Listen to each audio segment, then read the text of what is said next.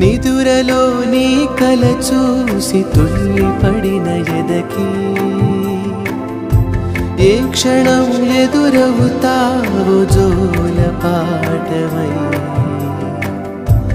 ఆకలని అడగక ముందే నోటి ముద్దు నువ్వై ఏ కథలు వినిపిస్తావో జాబిలమ్మ